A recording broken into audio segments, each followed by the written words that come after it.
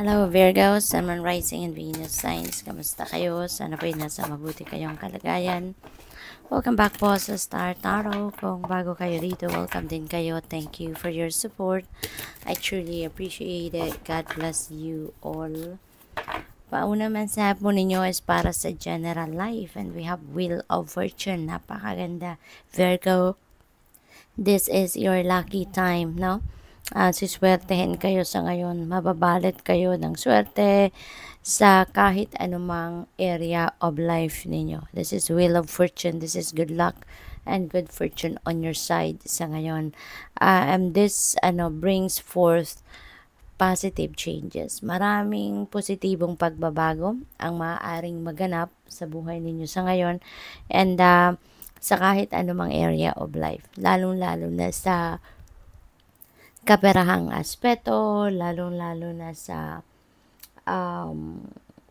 mga major areas of life ninyo na let's say for example merong hindi magandang nangyayari or pwedeng merong mga nangyayaring hindi favorable para sa inyo. So if you have hit rock bottom, no, for sure meron ditong magbabago. No? Magbabago yan na sitwasyon ninyo for the better.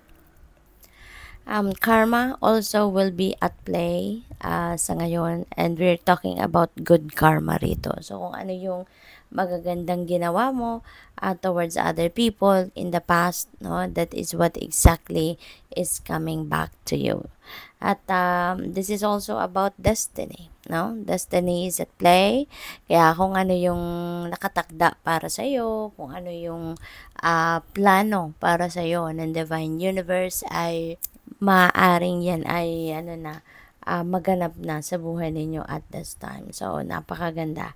So for your money, career, and finances, we have Chariot. This is about success. Meron tagumpay dito na naghihintay sa inyo. Kung ano man yung gagawin ninyo rito, tawag dito, pag-iigihan ninyo, you're going to work hard on it. You're going to put your focus, your time and effort, your willpower, determination. You will be driven. Kaya naman, hindi malayong pagtatagumpayan ninyo kung ano man ang binabalak ninyong gawin sa inyong kaperahan, sa inyong trabaho, karera, negosyo. No? So, this is the time also that you will start progressing, lalo-lalo na sa area of life na to, money, career, and finances. Uusad ng lahat. You're going to start taking action towards whatever it is na gusto mong matupad, gusto mong ma-achieve, pagdating sa inyong money, career, and finances. Travel is also imminent dito for some of you, and maaring related yan sa inyong trabaho, karera, or negosyo. So, pagdating sa inyong love and romantic relationships, Empress. No? So, this is really beautiful kasi this is a time also of fertility. So, maybe ang iba sa inyo dito is going to start building your own family at magkakaroon na kayo ng anak. Maaaring merong magbubuntis dito for some of you. So, maybe this is the time, no, na talagang kung tawag dito, meron dito mga mag-asawa or mga magjowa na maybe you've been working on to have a kid, no, or magkaroon na ng anak. So maaring ito na yun yung panahon, no, na talagang sasagutin na ng Divine Universe yung panaginip ninyo or panalangin ninyo na magkaroon na ng anak. There will be focus as well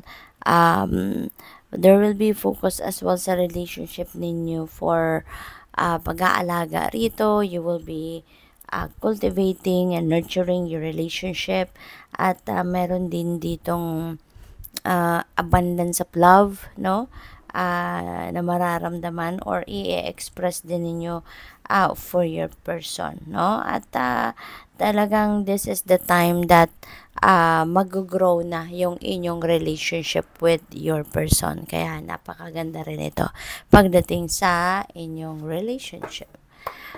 Tignan natin kung anong final message ninyo. And before that, I would like to say thank you sa lahat ng nagsusuporta po sa aking channel. Thank you for not skipping the ads and for sending me super thanks, for sending me donation. Maraming salamat po for your generosity and sa suporta sa aking channel. Final message po ninyo, retreat, seek and receive consolation from God to overcome a difficult experience. So this is a time for reflection, for solitude and contemplation. Para nang sa gayon, mas makapag-isip kayo ng kung ano ang mabuti ninyong gawin. Kung paano ninyo masusolusyonan ang problema, para nang sa gayon din, makapagmuni-muni kayo, makapag-isip-isip kayo, and you'd be able to think about, no, or re-evaluate then at the same time what is happening sa buhay ninyo. Paano ninyo ito, paano kayo makakabawi, paano ninyo magagawa ng paraan na makalabas kayo sa difficult experience na to. How can you make this difficult experience lighter para sa iyo?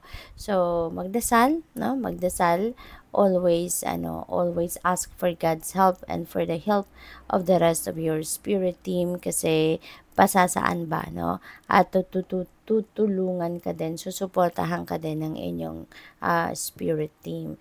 You just need to ask for help. Okay? Huwag kayong makakalimot na magdasal. Alright?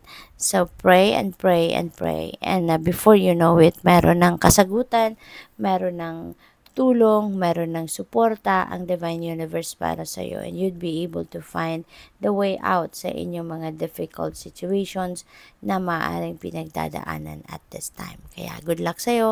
Thank you for watching. Love and light. Namaste.